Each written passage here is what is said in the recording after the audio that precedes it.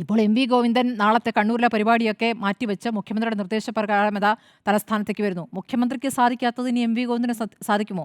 MV. Govindan ഇന്ന് ചില കാര്യങ്ങളൊക്കെ സി.പി.ഐ പഠിപ്പിക്കാൻ ശ്രമിക്കുന്നുണ്ടായിരുന്നു.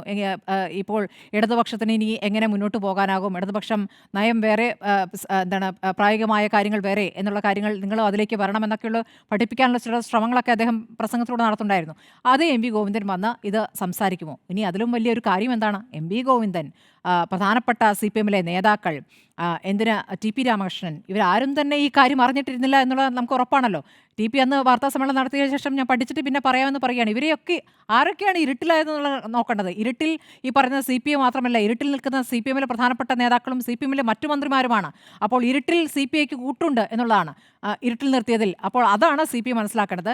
അപ്പോൾ അവിടെ അതങ്ങനെ നിൽക്കുന്നു. ഇനി സി.പി.ഐ സംബന്ധിച്ച് നാളത്തെ മന്ത്രിസഭാ യോഗത്തിൽ പങ്കെടുക്കില്ല എന്നുള്ള അവരുടെ തീരുമാനമാണ്. കാരണം ഇന്നും ഈ പറഞ്ഞ മുഖ്യമന്ത്രി പറഞ്ഞ അതേ കാര്യങ്ങൾ തന്നെ ആവർത്തിക്കാനാണ് എം.എ. ബേബി സംസാരിച്ചിരിക്കുന്നത്. അതുകൊണ്ട് അതിനില്ല എന്ന് പറയുന്നു. നാളത്തെ മന്ത്രിസഭായോഗത്തിന് മാറി നിന്നതിന് ശേഷം അടുത്തത് 4-ാം തീയതി ചേരാൻ പോകുന്ന ഈ പറയുന്ന അവരുടെ കൗൺസിൽ യോഗമാണ്. ആ കൗൺസിൽ യോഗത്തിൽ കടുത്ത തീരുമാനങ്ങളിലേക്ക്, അത് മന്ത്രിസഭായോഗങ്ങളിൽ ഇനി പങ്കെടുക്കേണ്ട എന്ന തീരുമാനത്തിലേക്കാണോ, മന്ത്രിസ്ഥാനം രാജിവെക്കുക എന്ന വലിയ തീരുമാനത്തിലേക്ക് പോകുമോ എന്നാണ് അറിയേണ്ടത്.